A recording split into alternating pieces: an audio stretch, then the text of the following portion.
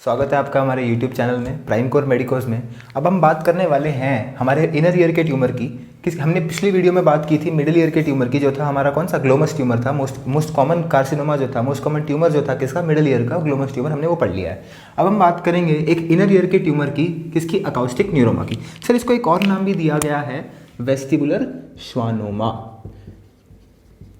अब देखो इसके नाम में ही इसकी पूरी ट्यूमर की कहानी छिप गई सर। अगर वो पकड़ में आ गई तो ये पूरे ट्यूमर की एक एक चीज़ तुमको ऐसी क्लियर हो जाएगी बिना कुछ पढ़े। अरे ये बात समझ में, वेस्टिबुलर श्वानोमा, ठीक है, याद रखना इस नाम को। मैं इस ट्यूमर को इन हेडिंग्स के अंदर कवर करने वाला हूँ सर। 7 हेडिंग्स हैं, introduction, pathogenesis, classification, science and symptoms, investigation, diagnosis and treatment, ठीक है। तो इन 7 हेडिंग्स के बाद इस अकाउस्टिक न्यूरोमा की कहानी तो खत्म हो जाएगी सर, ठीक है। बात करते हैं किसकी, हेडिंग की, इंट्रोडक्शन की, सॉरी। तो वही सेम कहानी ये भी 40 से 50 साल के औरतों में नहीं है, बस यहाँ पर मेल और फीमेल दोनों में इक्वल इंसिडेंस देखने को मिलता है। तुम डिफरेंस समझ में आ रहा है तुमको ग्लोमस ट्यूमर में और अकाउस्टिक न्यूरोमा में, कि वहाँ पर एज ग्रुप तो सेम है लेकिन यहाँ पर इंसिडेंस जो है वो फीमेल में ज़्यादा था ग्लोमस ट्यूमर का, इसका इक्वल इंसिडेंस है। और मैंने क्या बताया, और जो कैरेक्टरिस्टिक्स थी उसकी सेम होगी, बेनाइन होगा, ये भी स्लो ग्रोइंग होगा और नॉन कैप्सुलेटेड होगा, नॉन कैप्सुलेटेड। एक और पॉइंट था सर उसमें ग्लोमस ट्यूमर में, क्या, हाईली वैस्कुलर, वो यहाँ पर नहीं होगा, ठीक है ना। वही है हाईली वैस्कुलर, ये हाईली वैस्कुलर नहीं है, ये benign slow growing non capsulated tumour है, किसका, इनर ईयर का।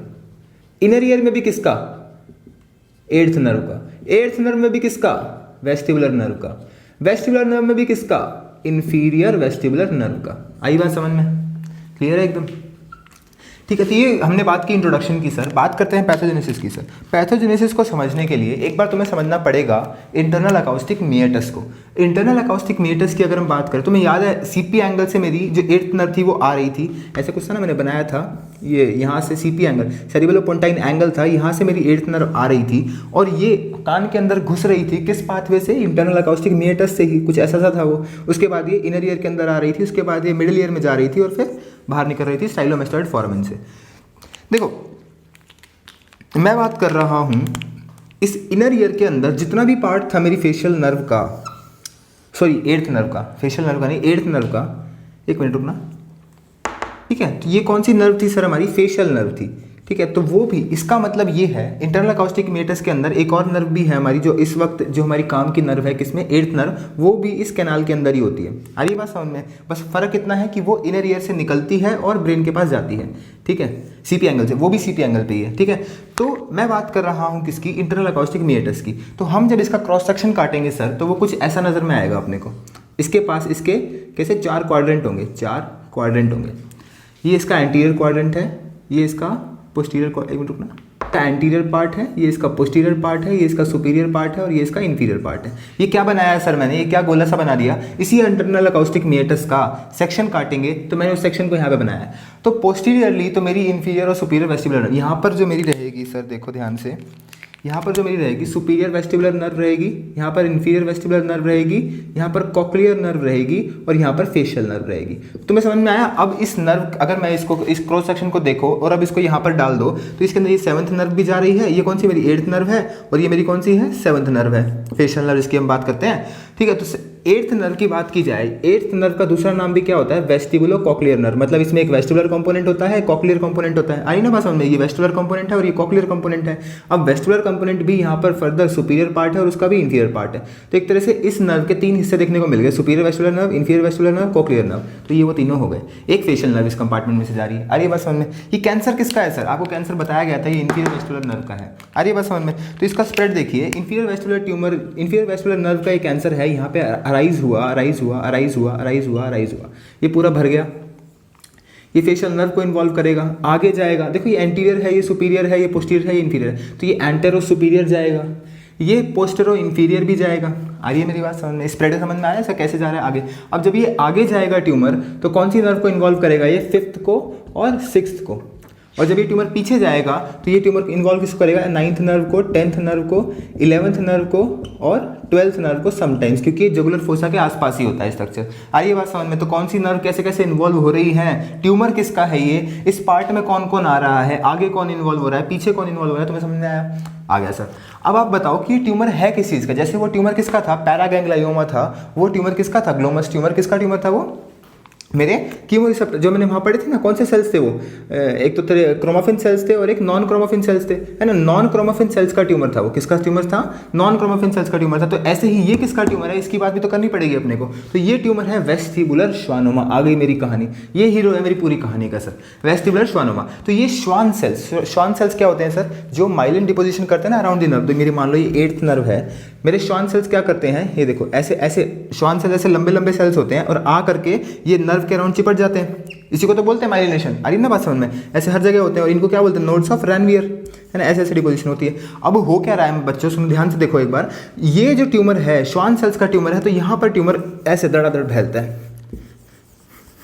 ये ऐसे फैलता है ट्यूमर। तो नोड्स ऑफ रैनवियर खराब हुए, 8th नर्व ऐसे खराब हो रही है यहाँ पर।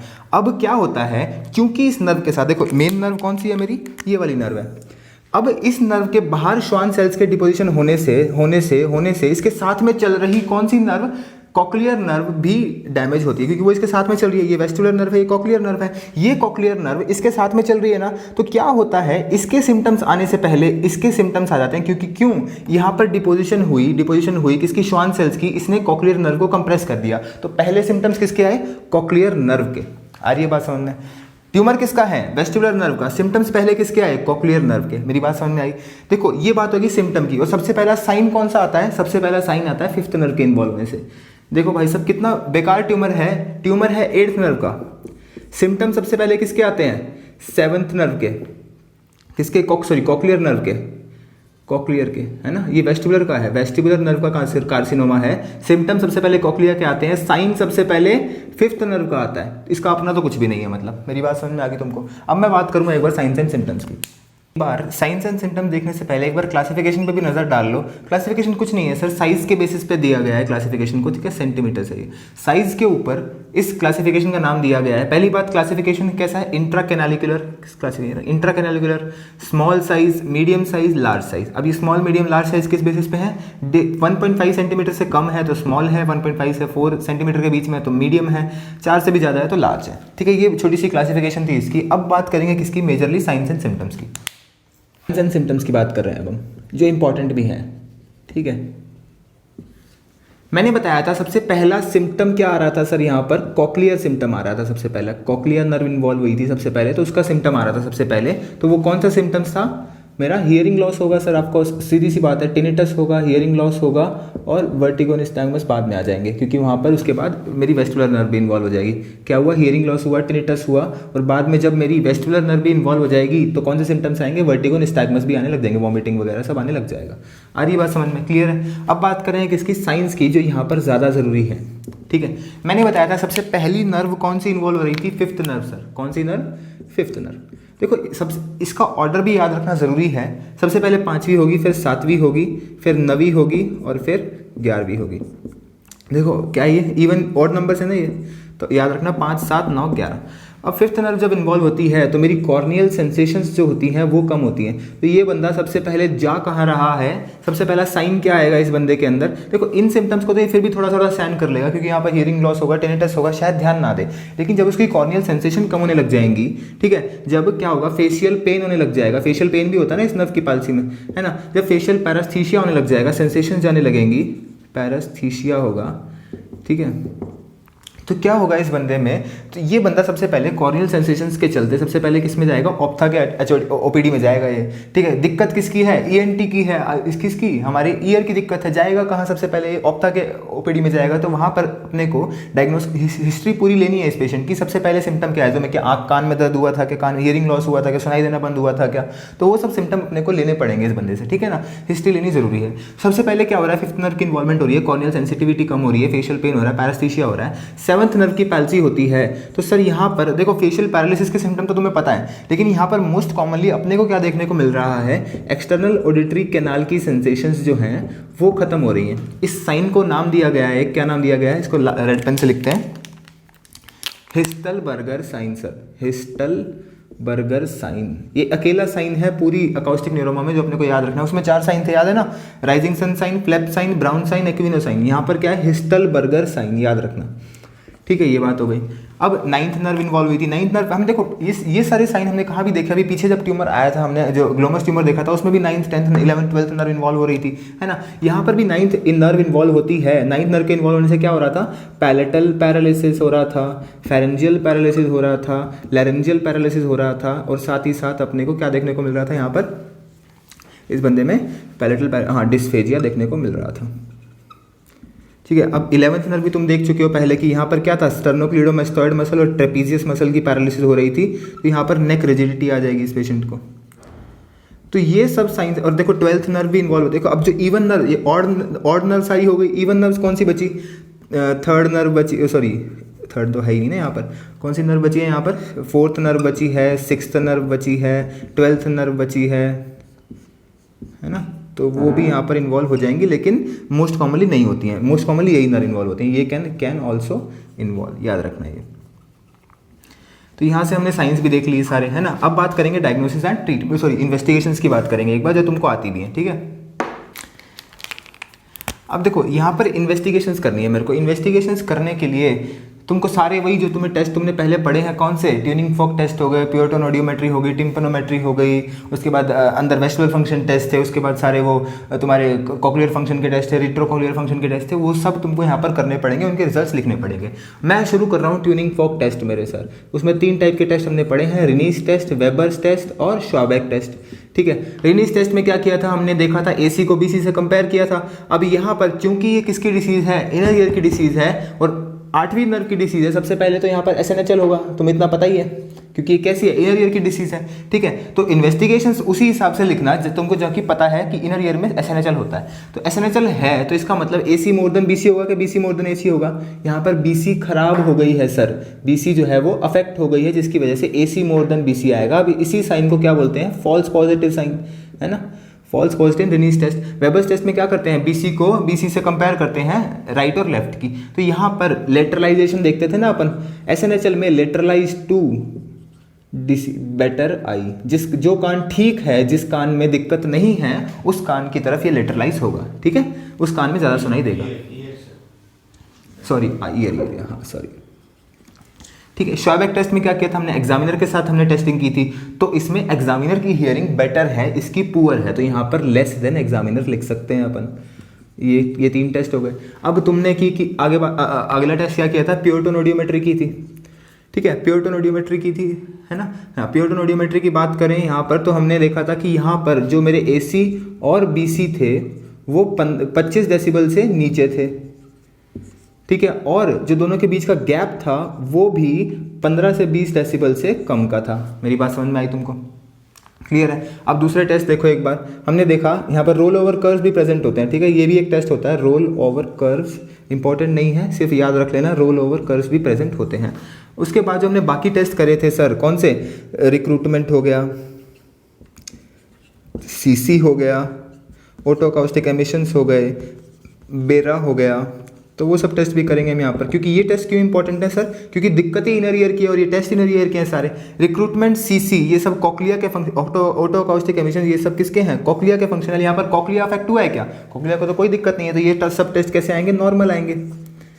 बेरा, brain stem evoked myogenic brain stem evoked response audiometry, इसमें ब्रेन स्टेम का रोल आ रहा है, 8th नर्व का भी रोल आता है। तो यहाँ पर जो बेरा होगा उसमें क्या होगा, इंक्रीज लेटेंसी देखने को मिलेगी अपने को। मतलब कि जो क्योंकि मेरी क्या हुआ है, नर्व में क्या हुआ है, डिपोजिशन हुआ है, तो नोड्स ऑफ रैनवियर जो है यहाँ पे डैमेज हो गए हैं, तो जो इन्फॉर्मेशन जा रही थी अब वो देर से जाएगी, लेटेंसी इंक्रीज हो जाएगी। आइए बस समझ में। एक और था यहाँ पर, एक और फंक्शन था ना, टोन डीके टेस्ट, है ना, टीडीटी, टोन डीके टेस्ट। अब देखो tone DK test 8th nerve के लिए कर रहे थे, नर्व के फैटिग को टेस्ट कर रहे थे ना, उसमें कि हम क्या कर रहे थे, नर्व को कंटिन्यूसली स्टिमुलेट कर रहे थे थ्रेशोल्ड से 5 डेसिबल ऊपर, थ्रेशोल्ड से 5 डेसिबल यूं, और हम इससे पूछ रहे थे कि इस तेरे को जब सुनाई देना बंद हो मेरे को बता दियो। तो इस बंदे को ये पहले सुनाई देना बंद हो जाएगा, आ रही है बात समझ, या यूँ बोल लो कि इस बंदे का थ्रेशोल्ड बढ़ जाएगा, तो 8th नर्व की इन्वॉल्वमेंट होगी यहाँ पर। तो टोन डीके टेस्ट यहाँ पर भी पॉजिटिव आएगा। ठीक है, नॉर्मल नहीं पॉजिटिव आएगा, खराब हो रखी है मेरी 8th नर्व। तो ये सारे मेरे क्या हो गए, इन्वेस्टिगेशंस हो गए सर। ठीक है, डायग्नोसिस वाले पार्ट की सर, डायग्नोसिस कैसे बनाएंगे इसका बहुत आसान सा डायग्नोसिस, इन्वेस्टिगेशन सारी हो चुकी है। पहली बात तो इसका इन्वेस्टिगेशन से ही हमको पता चल जाता है लगभग, ठीक है। और बात कर, और सिम्टम साइन से भी इंपॉर्टेंट है, साइन से भी पता चल जाता है कि इस बंदे में अकाउस्टिक न्यूरोमा है। अब डायग्नोसिस कैसे करते हैं सर इसका? देखो डायग्नोसिस जो होता है वो एमआरआई पे मेनली होता है। देखो बहुत सारे होते हैं, यहाँ पर भी सीटी भी कर सकते हो तुम इसको इमेज करने के लिए, इमेजिंग मेथड्स ही हैं ट्यूमर के, है ना। इमेजिंग मेथड्स हैं कौन से? सीटी हो गया, एमआरआई हो गया, भाई कंबाइन अप्रोच हो गई, यहाँ पर भी वही सब होंगे। बट यहाँ पर एक हम एमआरआई जो होता है वो नॉर्मल एमआरआई नहीं करते हैं, यहाँ पर हम गैडोलिनियम एमआरआई करते हैं। क्या करते हैं? गैडोलिनियम कंट्रास्ट एमआरआई करते हैं, ठीक है। तो यहाँ पर एक अपने को पर्टिकुलर अपीयरेंस देखने को मिलती है अकाउस्टिक न्यूरोमा में, उसको बोलते हैं ice cream cone appearance sir, ice cream cone appearance, याद रखना इंपॉर्टेंट साइन है ये भी, ठीक है। इसमें बहुत 2-3 साइन ही आ रहे हैं, एक साइन पहले आया था हिस्टलबर्गर साइन, और एक साइन अब आ रहा है मेरे ख्याल से आइसक्रीम कोन अपीयरेंस, याद रखना, ठीक है। और यहाँ पर हाँ एक और है, यहाँ पर हिस्टोपैथोलॉजी। देखो वहाँ पर बायोप्सी कॉन्ट्रा इंडिकेटेड थी, वहाँ पर बायोप्सी कॉन्ट्रा इंडिकेटेड थी, किसमें? ग्लोमस ट्यूमर में, क्योंकि वहाँ पर बहुत वैस्कुलर ट्यूमर था, उसके में खून बहुत बह रहा था। यहाँ पर ऐसा कोई सीन नहीं है, तो यहाँ पर हम ट्यूमर की बायोप्सी आसानी से कर सकते हैं। उसके थोड़े से हिस्से को काट करके उसकी हिस्टोपैथोलॉजिकल एग्जामिनेशन करेंगे तो अपने को जो सेल्स देखने को मिलेंगे वो देखने को मिलेंगे क्या? एंटोनी ए, एंटोनी बी सेल्स। मेरे ख्याल से ये भी आपने शायद पैथोलॉजी में पढ़ा होगा लास्ट ईयर सेकेंड ईयर में, कि वेस्टिबुलर श्वानोमा में अपने को एंटोनी ए और एंटोनी बी सेल्स अपने को देखने को मिलती हैं। तो यहाँ से मैंने डायग्नोसिस बना लिया मेरा मोटा मोटा। अब मैं बात कर रहा हूँ लास्ट पार्ट की, मेरे ट्रीटमेंट की। इसका ट्रीटमेंट भी बहुत आसान है सर, वही है, कुछ नया नहीं है, सर्जिकल एक्सीशन, ठीक है। सर्जिकल एक्सीजन, यहाँ पर कोई वेस्कुलरिटी का कोई दिक्कत नहीं है, इसलिए हम डायरेक्टली ट्यूमर को एक्साइज कर सकते हैं देख करके कि इसका ट्यूमर का साइज कितना है, ठीक है। सर्जिकल एक्सीजन कर दिया। अब यहाँ पर एक थोड़ी सी एक और नई टेक्निक आ रखी है, वो भी यूज़ कर लेते हैं। एक्स नाइफ बोल लो या फिर गामा रे नाइफ बोल लो, गामा रे नाइफ।